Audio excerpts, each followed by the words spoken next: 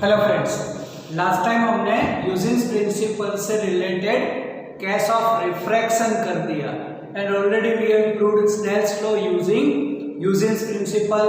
उससे पहले हमने वेव फ्रंट के यूज से मतलब ह्यूजेंस प्रिंसिपल से रिलेटेड केस ऑफ रिफ्लेक्शन भी कर दिया। In that we have proved angle of incidence, angle of reflection and और हमने ये भी डिस्कशन कर दिया कि by which way the wave front is converted, means if wave front, plane wave front pass through the prism, then there is a no change in the type of wave front, बस वो थोड़ा tilted हो जाएगा। But whenever the plane wave front passes through the convex lens या फिर concave lens या फिर reflected from the concave mirror और convex mirror, it is converted into spherical, मतलब plane wave front converted into spherical or vice versa, means whenever the spherical wave front passes through the convex lens, it will be converted into plane। तो plane है वो spherical में convert होगा, spherical plane में convert हो सकता है। और हमने डॉपलर इफेक्ट भी उससे रिलेटेड एक इक्वेशन डिस्कशन कर ली। चलो अब ये जो था यहाँ तक एक पार्ट अलग था इस चैप्टर का, मतलब related with the wave front का ह्यूजेंस प्रिंसिपल आ गया और उसके हमने यूजेस भी कर दिए। अब इस चैप्टर में जो हमें मेन 3 जो इफेक्ट्स पढ़नी है, first interference, second diffraction and third polarisation. जो अभी वापस हम न्यूटन को याद करें तो न्यूटन ने कॉर्पस्कुलर थियरी दी थी और उसने case of reflection and refraction तो कॉर्पस्कुलर थियरी से डिराइव भी कर दिया, प्रूव भी कर दिया, but he was not succeed for the case of interference, diffraction and polarisation. ये 3 इफेक्ट वो कॉर्पस्कुलर थियरी से एक्सप्लेन नहीं कर पाया, बट ह्यूजेंस हैज प्रूव्ड कि interference, diffraction and polarisation happens whenever you consider the light as a wave nature. अब light का wave nature है कि पार्टिकल नेचर है, इन शॉर्ट दोनों नेचर तो है ही उसका। आज हमें यहाँ पर मतलब प्रेजेंट चैप्टर जो हमारा है वेव ऑप्टिक्स, इसका मतलब यहाँ पर हमें लाइट का वेव नेचर ही सोचना है और उसी से रिलेटेड हम प्रूफ कर देंगे and we will study the phenomenon of interference, diffraction and polarisation. अब प्रॉपर इंटरफियरेंस करें उससे पहले हमें थोड़ी बहुत डेफिनेशन देनी है कि फर्स्ट डेफिनेशन बोलेंगे सुपरपोजिशन प्रिंसिपल। क्या है सुपरपोजिशन प्रिंसिपल?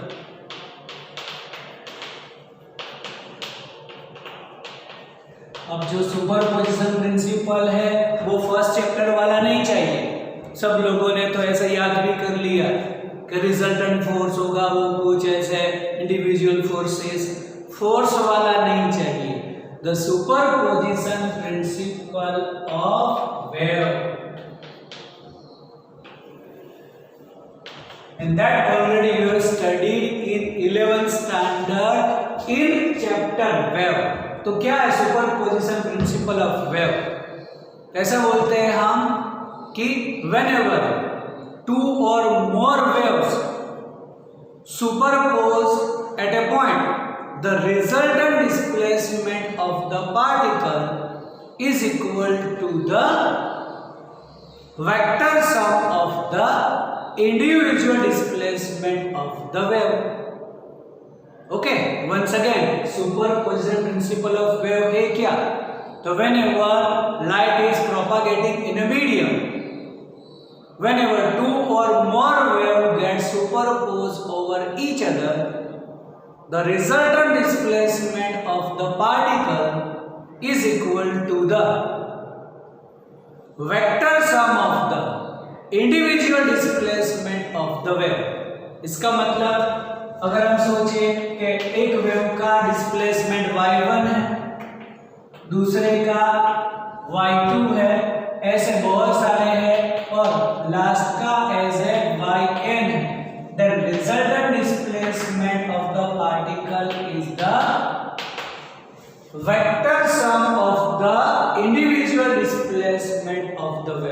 ये है सुपरपोजिशन प्रिंसिपल। चलो अब इसके बाद हमें डिफाइन करना है कोहेरेंट सोर्स।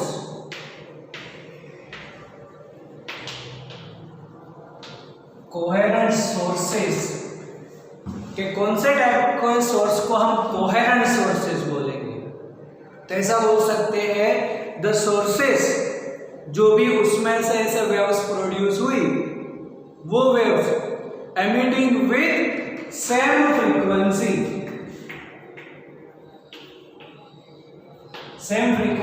और you can say wavelength with 0 और constant phase difference.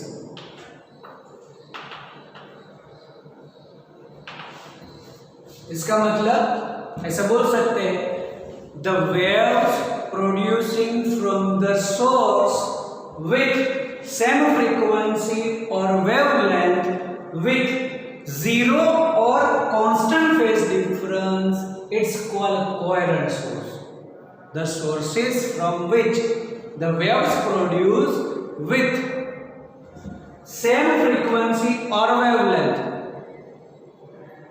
and with 0 or constant phase difference, it's called coherent source। इसका मतलब जो भी हमारे पास दो सोर्सेस है, सोर्सेस ऑफ लाइट, तुम बोलो S1 एंड S2, ऐसे दो सोर्सेस है, उसमें से जो भी ऐसे लाइट एमिट हो रही है दोनों की फ्रीक्वेंसी सेम होनी चाहिए, न्यू। वेवलेंथ सेम होगी तो भी फ्रीक्वेंसी सेम होगी, क्योंकि ये जो है वो दोनों इनवर्सली प्रोपोर्शनल है। Once again C is equal to nu lambda, ये तो सेम होता ही है। अगर ये सेम हुआ तो भी ये सेम होगा, ये सेम होगा तो भी, आइदर फ्रीक्वेंसी और वेवलेंथ। तो waves emitting from the source with same frequency और वेवलेंथ with 0 phase difference या फिर constant phase difference, phase difference 0 हो या फिर phase difference constant हो, वो भी चले। ऐसे सोर्सेस को हम बोलते हैं कोहेरेंट सोर्स।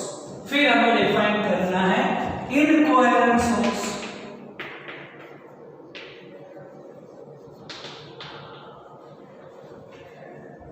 तो इनकोहेरेंट सोर्सेस मतलब ऐसा बोल सकते हैं कि जो भी सोर्सेस है emitting the light with different frequency या not emitting light with same frequency or wavelength।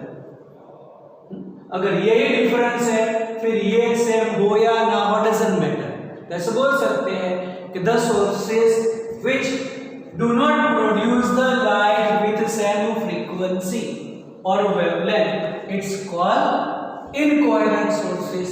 मतलब अगर हम बोले कि फ्रीक्वेंसी और वेवलेंथ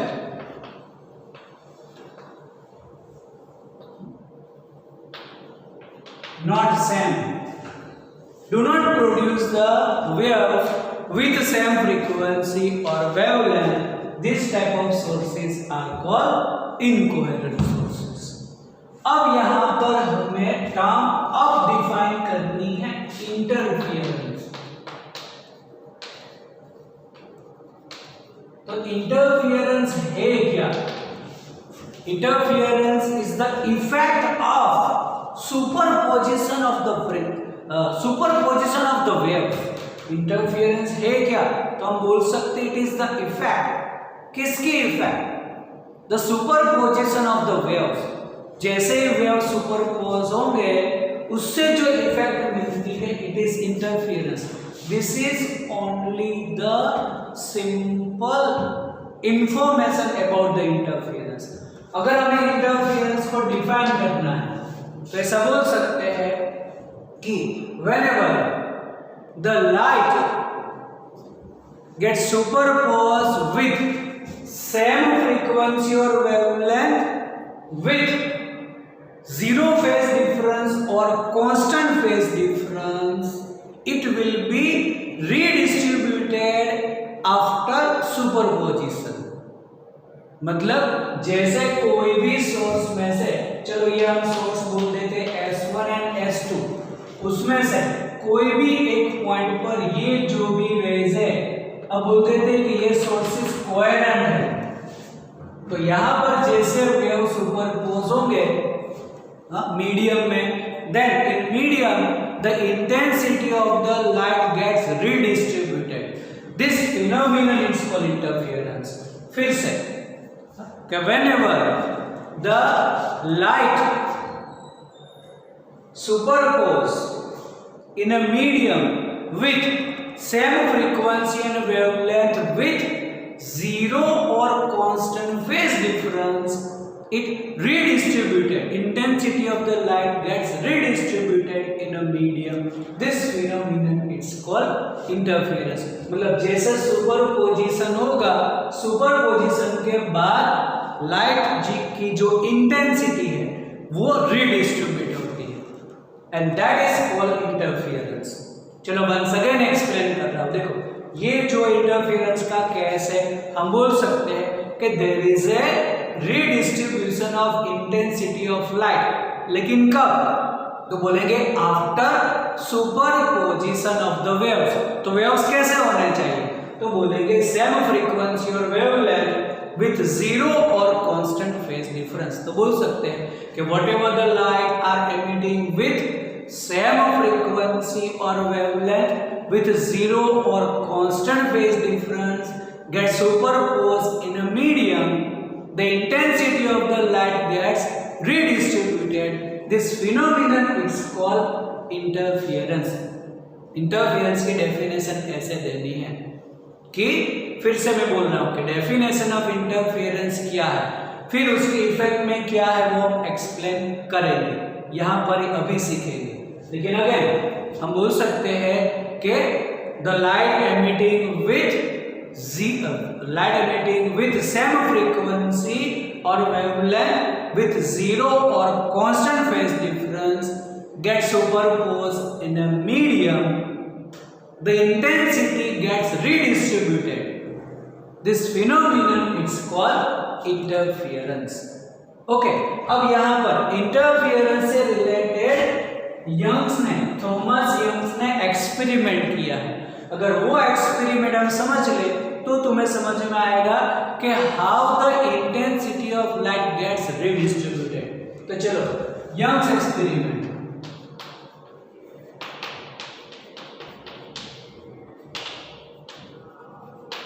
अब यंग्स एक्सपेरिमेंट है क्या? तो ऐसा बोलते हैं कि चलो ये कोई भी एक कार्डबोर्ड है और यहां कहीं पर भी एक ऐसा बल्ब है जो लाइट एमिट कर रहा है, और ये कार्डबोर्ड में हमें एक ऐसी छोटी सी जगह बनानी है, मतलब उसको कट कर देना है, जिसको हम बोलेंगे स्लिट. क्या बोलेंगे? Slit. This is called slit. मतलब जहां से लाइट पास हो गई वो हो गई हमारी स्लिट.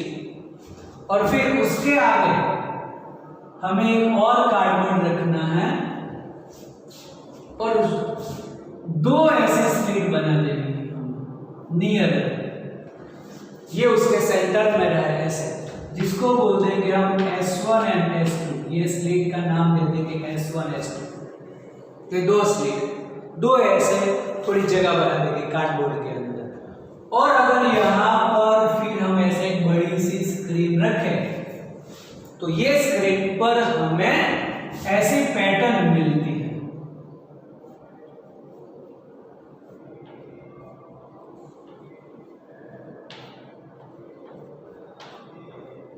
मतलब जैसी ऐसी हमारी स्लीट है ऐसी कुछ हमें पैटर्न मिलती है,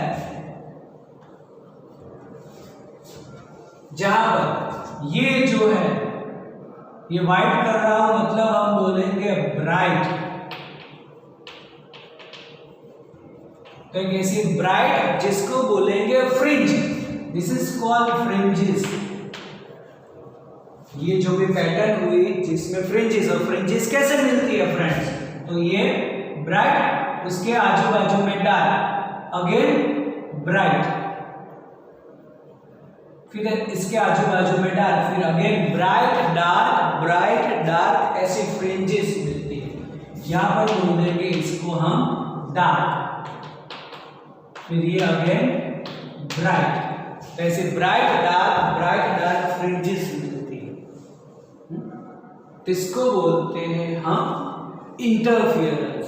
तो फिनोमिनन क्या होगा, यहां से जो भी वेव्स है, the waves emitting with same frequency or wavelength with zero or constant phase difference gets superposed. The intensity of light gets redistributed in the medium. It's called interference. तो redistribution का result क्या है, तो redistribution का result है bright and dark fringes created on the screen. ये हमारी screen है, तो स्क्रीन के ऊपर हमें ऐसी ब्राइट डार्क फ्रिंजेस मिलती है, and this is called interference. चलो अब इसी केस को अगर हम थोड़ा और अच्छी तरह से समझें कि क्यों ऐसा हुआ, ब्राइट डार्क फ्रिंजेस मिली कैसे। तो चलो ये एक स्लिट है जिसको मैं कुछ ऐसे ड्रॉ कर रहा हूं, ये पूरा कार्डबोर्ड है, इसको तुम नाम एस दे दो तो ये एस हो गया स्लिट का, ओके। और ये इसकी जगह है ऐसे 3 डायमेंशन पर, और फिर ये इसके सेंटर में रहे ऐसे 2 स्लिट S1 और S2, मतलब ऐसे मुझे ड्रॉ करना होगा। ये दूसरी स्लिट, मतलब ये कार्डबोर्ड जिसमें 2 स्लिट है S1 और S2, ओके। अब यहां पर जो भी ऐसे वेव्स क्रिएट होती है,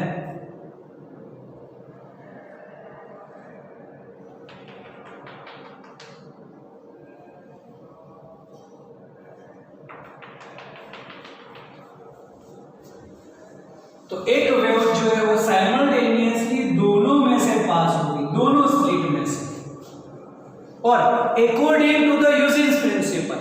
अब यहां पर देखो ह्यूजेंस प्रिंसिपल मिलेगा हमें, ये जो भी तुम वेव बोलो ना, otherwise consider wave front, just consider the wave front, ऐसे वेव फ्रंट आगे गया, तो अब ये वेव फ्रंट और ये वेव फ्रंट, ये वेव फ्रंट यहां से पास हुआ, देखो, then we know that the principle, Huygens principle, each particle lying on the wave front independently acts like point source and produce spherical waves. तो यहां से अब इसके spherical waves बने, चलो तो इसके जो भी spherical waves बने, तो इसका जो भी एक वेव साइमल्टेनियसली दोनों में से बनेगा, तो ये एक वेव। अब जो भी वेव बनता है उसमें मैक्सिमम और मिनिमम 2 पॉइंट होते हैं, मतलब हम बोलेंगे क्रेस्ट एंड ट्रफ। तो चलो ये जो भी हम मैं ड्रॉ कर रहा हूं, दिस इज क्रेस्ट, तो उसके बाद ट्रफ आएगा ऐसे, ये ट्रफ को मैं कुछ ऐसे ड्रॉ कर रहा हूं, थोड़े अलग कलर्स, है ना, दिख रहा है ना ऐसे डिफरेंट कलर।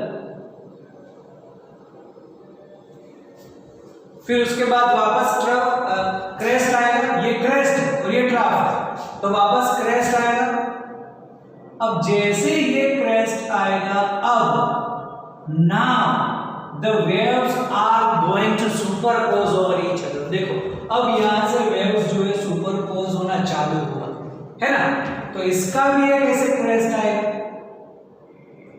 क्योंकि दोनों साइमल्टेनियसली, क्योंकि सभी जितने भी ऐसे वेव्स बनेंगे वेव फ्रंट, तो एक ही वेव फ्रंट का पार्ट है, एक ही वेव फ्रंट पर all particles in same phase, ये और ये जो S1 और S2 में से जो भी ये वेव फ्रंट पास हुआ ये एक ही है, तो सभी पार्टिकल के फेज क्या है, सेम है, तो सेम टाइप के वेव साइमल्टेनियसली प्रोड्यूस होंगे, ओके। फिर ये वापस ट्रफ आएगा,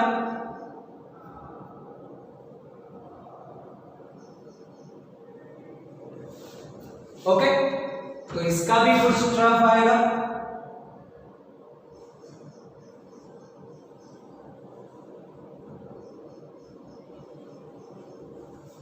वापस crest,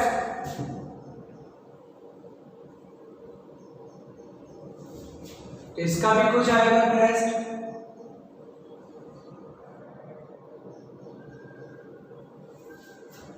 you can draw this diagram with pen and pencil. एक जो है पेन से ड्रॉ करो, दूसरा पेंसिल से ड्रॉ करो, तो तुम्हें पता चलेगा ये। और अब ऐसे वेव्स जो भी सुपरपोज हुए, और अगर यहां पर हमारी स्क्रीन है, देखो यहां पर सोर्स, ये एक्स स्लिट हुआ, फिर दो slit, whatever the wave front, एक ही वेव फ्रंट दोनों में से पास हुआ है यहां पर, इसको बोलते हैं division of wave front.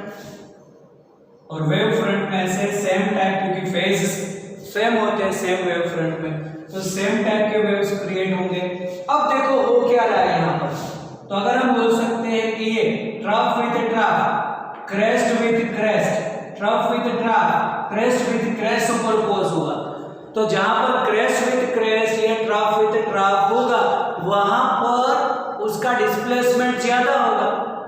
We can say amplitude maximum. अब एम्पलीट्यूड मैक्सिमम है, then intensity is directly proportional to square of the amplitude। ये भी वेव चैप्टर के अंदर इक्वेशन है कि intensity of the wave is directly proportional to square of the amplitude।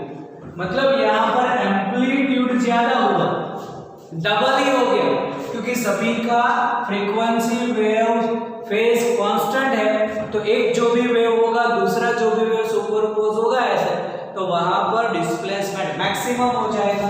तो यहाँ पर डिस्प्लेसमेंट, ये वाले सभी पॉइंट पर डिस्प्लेसमेंट मैक्सिमम होगा, और मैक्सिमम तो इंटेंसिटी भी मैक्सिमम, तो यहाँ पर हमें इंटेंसिटी मैक्सिमम मिलेगी, मतलब हमें वहां पर ब्राइट फ्रिंज मिलेगी। यह हम बोल सकते हैं ब्राइट, एक ऐसी फ्रिंज मिलेगी हमें, ब्राइट फ्रिंज। क्यों ब्राइट फ्रिंज हुई? तो उस पॉइंट पर ऐसे trough with trough, crest with crest superpose हुए, एक ऐसा ट्रफ है दूसरा भी ट्रफ है सेम एम्पलीट्यूड वाला, एक का 2 है दूसरे का भी 2 है, तो रिजल्ट तो 4 हो जाएगा, और intensity square of the amplitude, intensity वहां पर मैक्सिमम मिलेगी।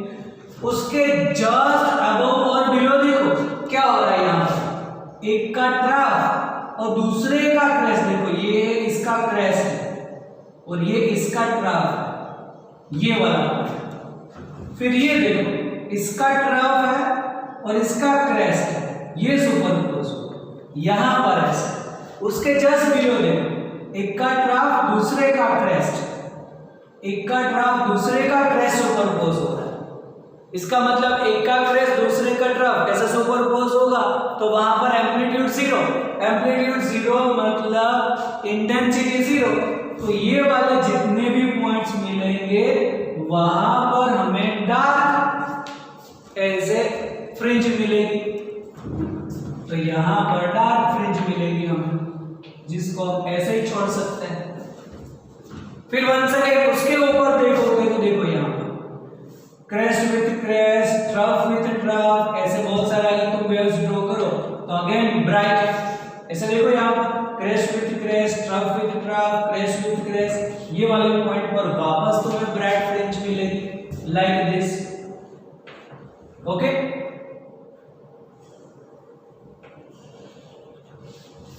तो ऐसे हमें अल्टरनेट ब्राइट डार्क फ्रिंजेस मिलेगी, and this phenomenon is called interference. It is called interference. This is the effect of superposition of the waves. तो सुपरपोजिशन क्या है वो कर दिया, और सुपरपोजिशन में कोहेरेंस लॉस से ही होगा, मतलब वेव्स की फ्रीक्वेंसी सेम और फेज डिफरेंस सेम होगा, ऐसे वेव सुपरपोज हुए, देन इंटेंसिटी गेट्स रीडिस्ट्रीब्यूटेड। देखो इसकी जो इंटेंसिटी है वो रीडिस्ट्रीब्यूट हुई, कई बार ब्राइट मिला, डार्क मिला, ब्राइट डार्क ऐसे अल्टरनेट मिलेगी। This phenomenon is called interference. और यहाँ पर जो भी हमारा सेंटर पॉइंट है, मतलब ये जो दो स्लिट है उसके सेंटर पर, ये जो दो स्लिट है उसके एग्जैक्ट सेंटर पर हमें ब्राइट फ्रिंज मिलेगी। वो उसका एज ए उसका अपना नेचर है, ऐसा बोल सकते हैं कि always at centre the bright fringe is observe. फिर उसके आजू बाजू में डार्क, फिर अगेन ब्राइट डार्क, ऐसे हमें फ्रिंजेस मिलेगी and this phenomenon is called interference. Okay, चलो अब ये हमने ऐसे जो यंग्स एक्सपेरिमेंट है उसमें बोल रखा है, ये उसका एक्सपेरिमेंट है, तो यंग्स एक्सपेरिमेंट में उसने ऐसी स्लिट यूज की है। फिर इससे रिलेटेड एक एमसीक्यू में पूछते हैं कि historical experiment Young has used pin whole instead of slit. मतलब उसने एक ऐसा छोटा सा पिन होल, जैसे कार्डबोर्ड है उसमें से तुम कोई भी एक तुम्हारे ऐसे पिन हो उससे सिर्फ छोटा सा होल करो, ऐसे होल का यूज किया है। और he has used sunlight instead of bulb की जगह पर सनलाइट यूज किया है। तो ऐसा भी एक क्वेश्चन बनता है कि in historical experiment Young has used pin whole instead of slit and he has used sunlight instead of bulb। तो ये तुम्हें याद रखना है कि हिस्टोरिकल एक्सपेरिमेंट में यंग ने क्या यूज किया है, सनलाइट यूज की इंस्टेड ऑफ बल्ब, और उसने पिन होल यूज किया इंस्टेड ऑफ स्लिट। अगर स्लिट रखोगे तो तुम्हें ऐसे फ्रिंजेस मिलती है one by one, side by side. अगर तुम पिन होल यूज करोगे तो ये एक्सपेरिमेंट भी तुम ऐसे घर पे कर सकते हो, पिन होल वाला। और अगर तुम पिन होल यूज करोगे तो तुम्हें ऐसे फ्रिंजेस सर्कुलर के टर्म्स में मिलेगी। सर्कुलर के टर्म्स में मतलब सेंटर पर तुम्हें ब्राइट मिलेगी, फिर उसके बाजू में ऐसी डार्क होगी, फिर अगेन तुम्हें ऐसी एक ब्राइट फ्रिंज मिलेगी।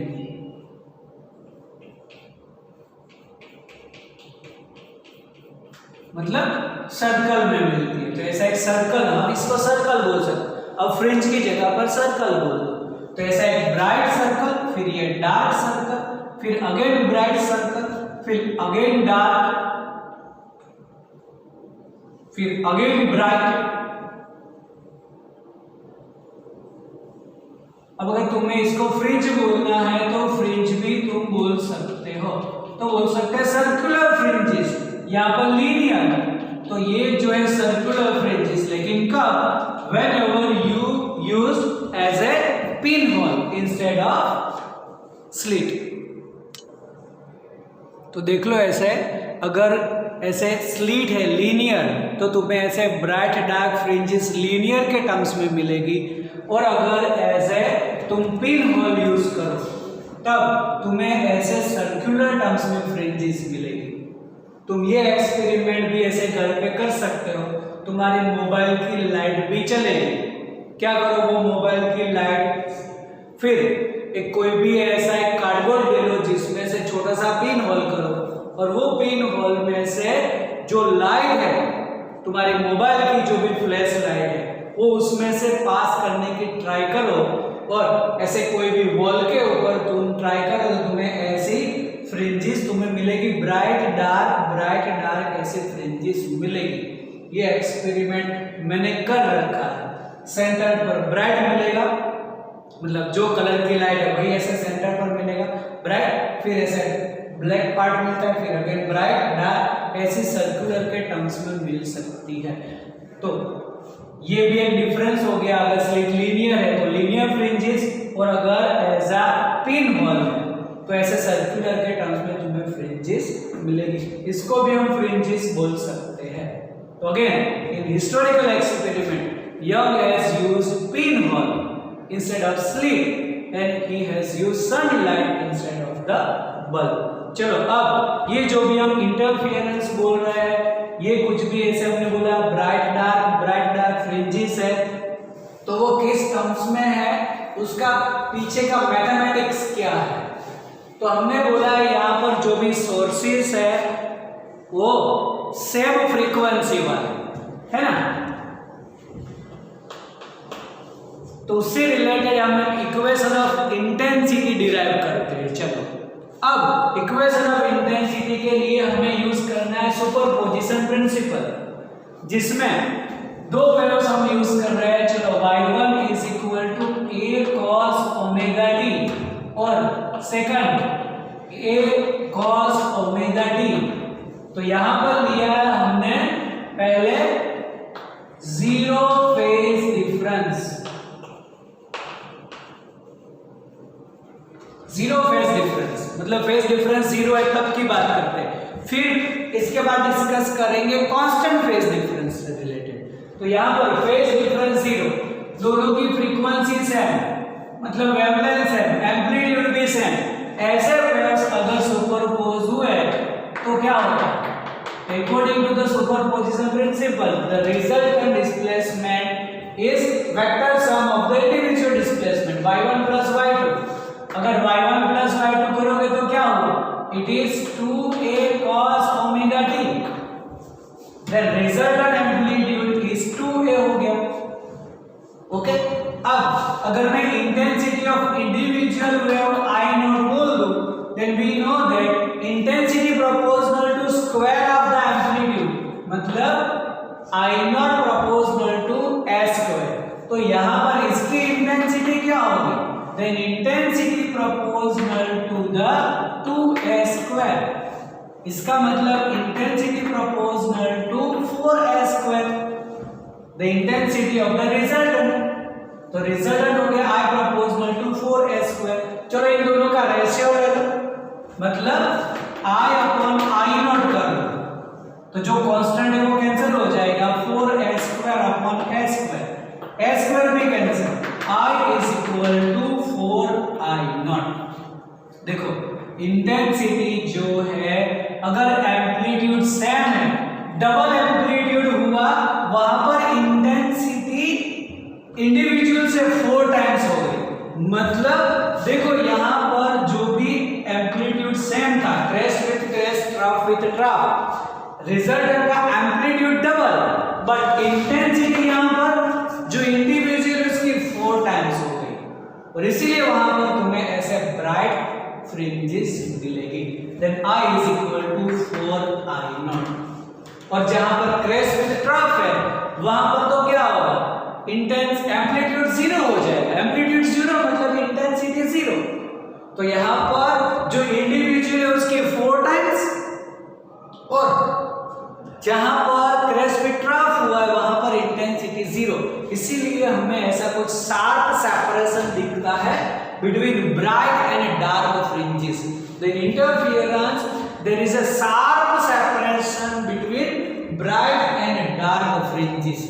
ब्राइट ऐसे मस्त ब्राइट दिखेगी, डार्क मतलब पूरा ब्लैक दिखेगा, फिर वापस ब्राइट ऐसे मस्त हमें ऐसे ब्राइट दिखेगी, क्योंकि intensity is 4I not. Intensity of the resultant is 4 times of the individual. This is for zero phase difference। चलो अब करते हैं हम कांस्टेंट फेज डिफरेंस से रिलेटेड क्या है। तो अब करते हैं कांस्टेंट फेज डिफरेंस।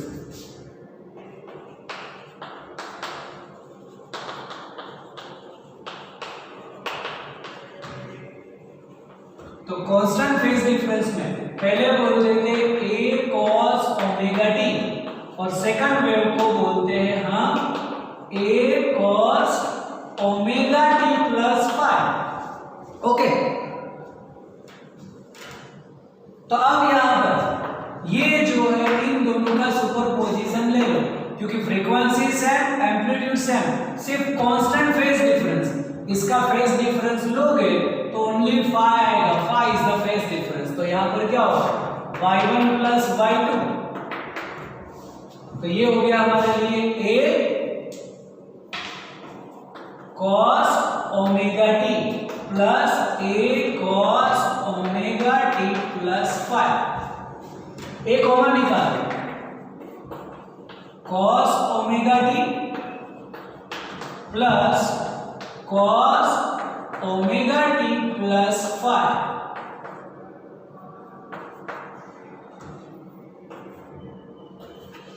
तो ये हुआ c प्लस c, तो क्या होता है c प्लस सी, हाँ 2cc, याद करो s plus s, sine plus sine, 2 sine into cos, फिर s minus s, sine minus sine, 2 cos into sine, फिर c plus C, 2cc, and c minus C, it is minus 2ss। आ रहा है समझ में, याद आ रहा है कुछ कुछ। अब यहां पर अगर मैं बोलूं sine a plus sine b, चलो यहां पर तुम्हें ये वाला जो है वो कहीं पर भी तुम्हें लिख देना है। मैं ऐसा बोलूं कि sine a plus sine b है, तो इसको तुम ट्रीट कर सकते हो s plus s, it is 2sc, मतलब 2 साइन,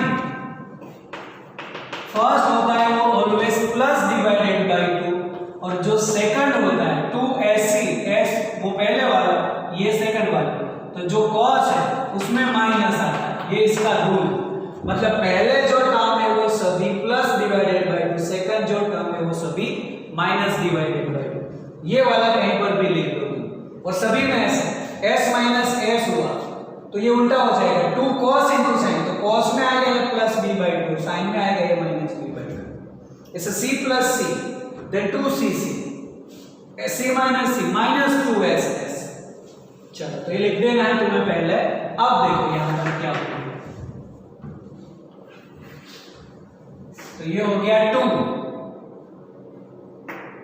ये तो है c प्लस c, मतलब 2cc cos plus divided by 2 omega T plus